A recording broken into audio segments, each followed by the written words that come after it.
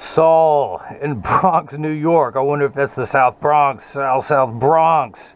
See more better here with freeprescriptionlenses.com, and today I'm going to make you a nice pair of transition lenses with a Crizal anti-glare.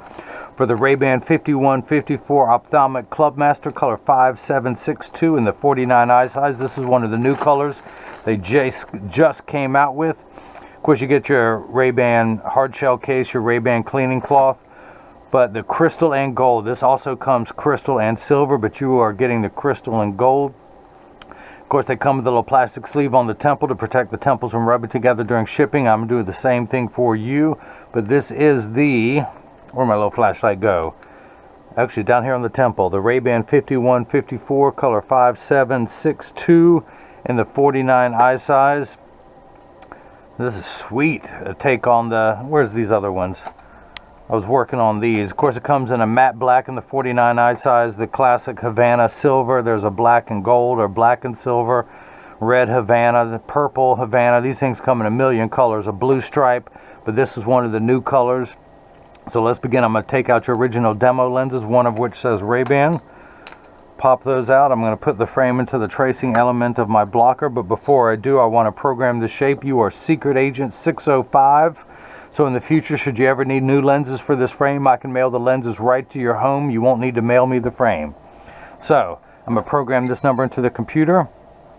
Secret Agent 605, 605, and I'm going to hit trace. And a little stylus is going to pop up and go around and trace the inside bevel of the right side of the frame before doing the same thing on the left.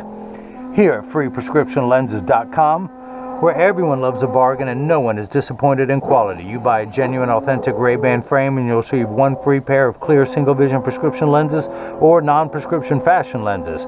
My receipt has my federal ID tax number on there, so if you have vision insurance or flex dollars, you will get reimbursed for this purchase, whether they are prescription or not. So in just a moment, the shape will pop up onto the computer. Come on, pop up. Pop, pop. Why are you taking so long?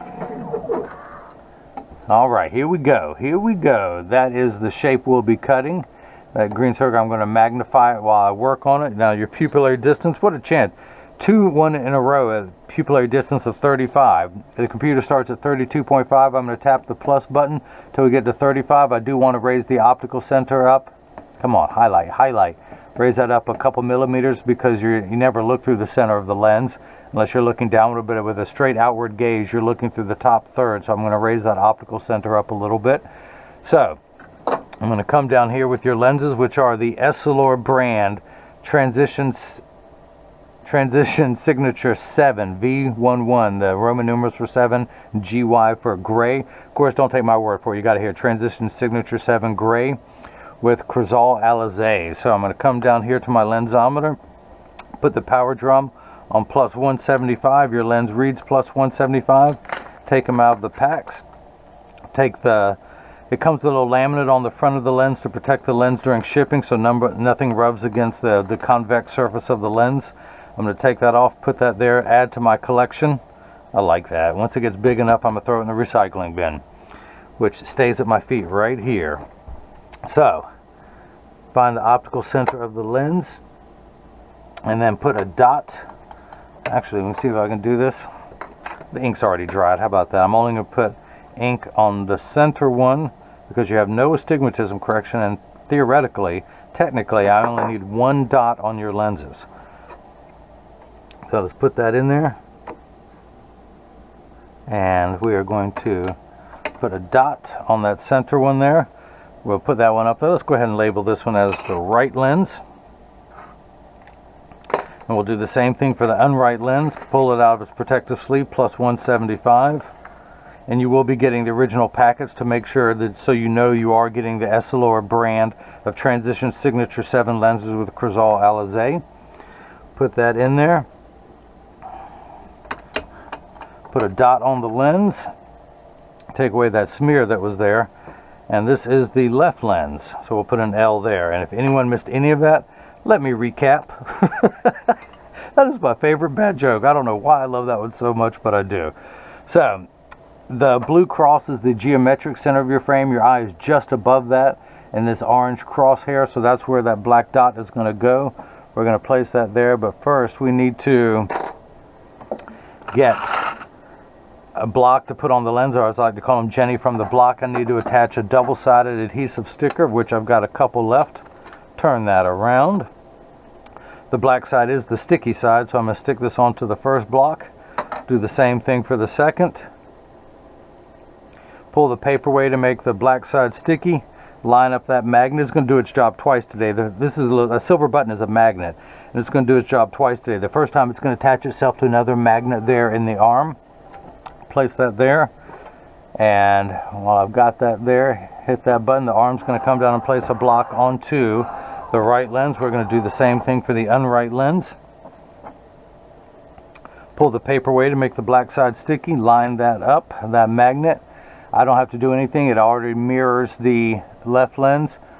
Put a dot there, hit the button, the arm comes down and places the block onto the left lens. Now this is the edger. This is what's going to do all the work while I run my mouth. It costs $40,000. It weighs 200 pounds. I recommend everyone go out and buy their own. You can put it on your own kitchen counter, cut your own lenses, and make your own bad jokes when you do it, and you won't have to have this guy anymore do it for you. So the actual cutting wheel is this heavy grit diamond crusted wheel that's going to grind your lens down until it's the final size. This wheel in the center, that channel, that little valley, that's what's going to put the V-shaped bevel onto the lens so it stays inside the bevel of the frame. So we're going to wake up the computer. 605 Secret Agent 605 on my Essilor machine. See my little Essilor logo, Essilor, and of course your Essilor packets. So let's see, these are polycarbonate lenses. If they were plastic, High-Index plastic, or Trivex, you could select that. I'm not going to polish the edge of your lens because it's not going to be seen in this frame. I'm only going to put a safety bevel on the rear concave surface of the lens. I'm going to go ahead and press that sticker onto the lens firmly, put it into the chuck, or as I like to call it, the Charles, because I don't know this machine well enough to call it chuck. Hit the green arrow, which is start in every language. The door closes, the clamp shuts, and then the lens is going to be traced by 2 white styluses, making sure that it's large enough to fit into the frame. You can see as it's going around tracing the shape of the lens. And then the old carpenter saying measure twice, cut once is measuring the thickness of the lens at every point to know exactly and precisely where to place the bevel so you have the least amount of edge thickness showing, of which you will have none in this frame. But your lenses are made out of polycarbonate.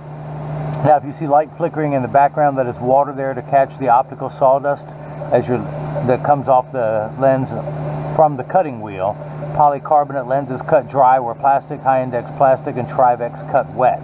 Now water will spray onto the lens for the last 20 seconds of the cutting cycle just to wash away any optical debris that you may see beginning to form on your lens now.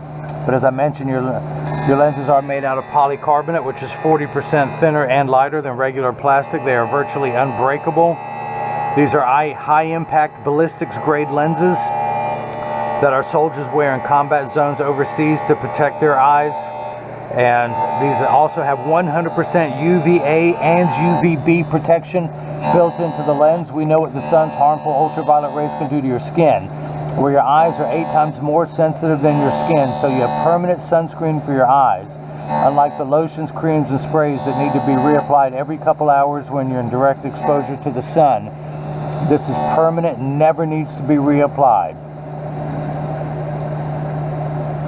Now I'll demonstrate the transitions portion of your lenses a little bit later, but you have the Crizal anti-glare. Crizal is 3 features in one. It reduces glare when driving at night, particularly driving at night in the rain, but from street lights, stoplights, computer screens, overhead, fluorescent lights, and such.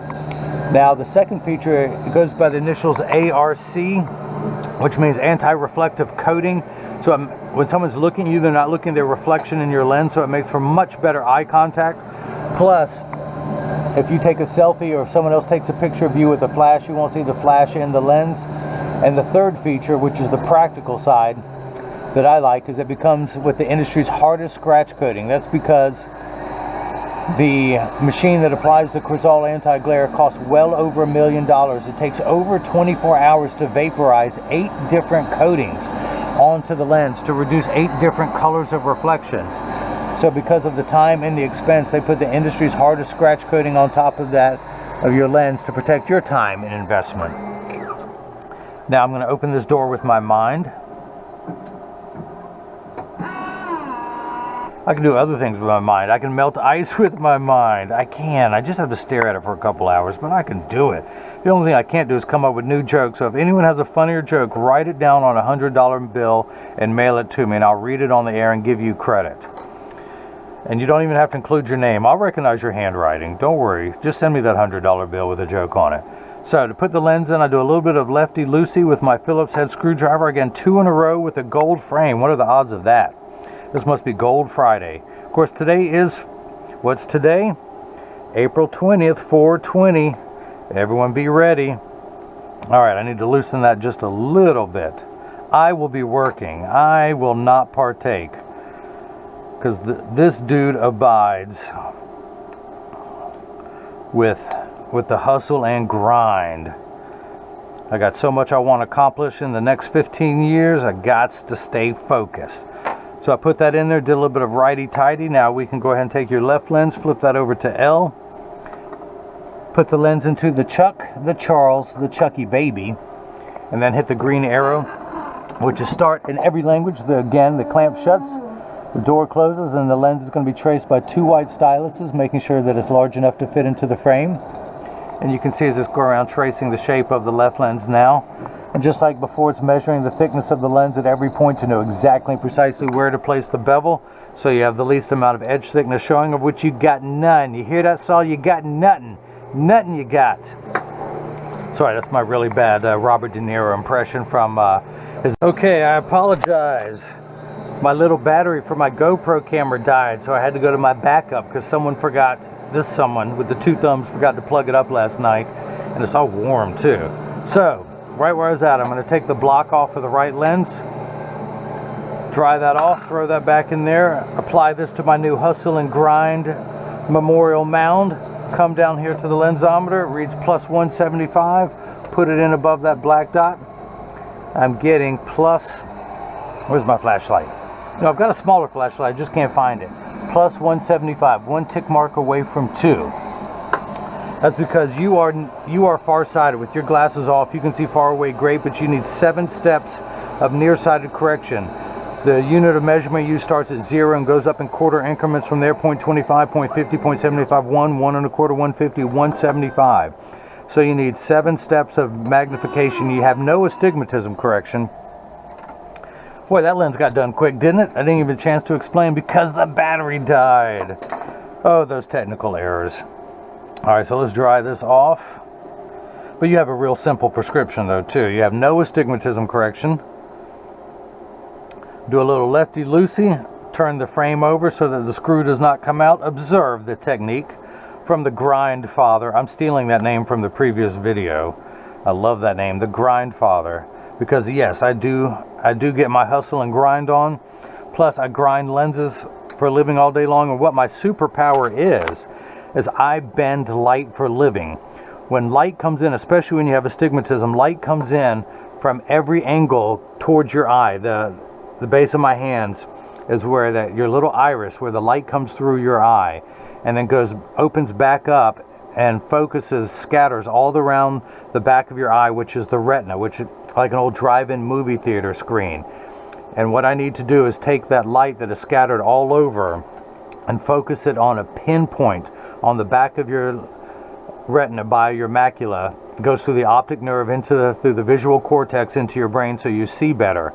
So I take all this light that is bending on the inside of your eye and focus it, essentially just like what this flashlight does. It's a large circle, and I'm going to focus it into a single beam, a single ray. Now light is both a particle and a wave. How cool is that? You find something else that does that on this planet. And I'll tell you one other really cool thing about light. A photon of light leaves the sun, and which is the center of our universe. It takes 8.33 seconds traveling at the speed of light to go 89 billion miles from the sun to the earth. And then it only takes 1 1/4 second to reflect off the earth and onto the sun. And onto the moon. So when you look at the moon at night, you know that it's taken 1.25 seconds for the light to reflect off the earth and onto the moon. Now, tell me what you know.